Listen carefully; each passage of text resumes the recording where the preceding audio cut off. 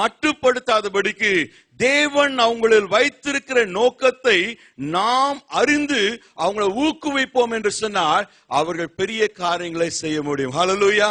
இந்த மாலை வேளையில I encourage you, if you have a young children at home, they are very very precious. You are very privileged to have them. Please pray for them. அவங்களுக்காக நீங்க ஜெபிக்க வேண்டும். என்னுடைய அம்மா அப்பாவுடைய ஜெபத்தினாலதான் இன்னைக்கு நான் ஆண்டவருடைய ஊழியத்தை செய்யும்படியே கர்த்தர் என்னை வைத்திருக்கிறார்.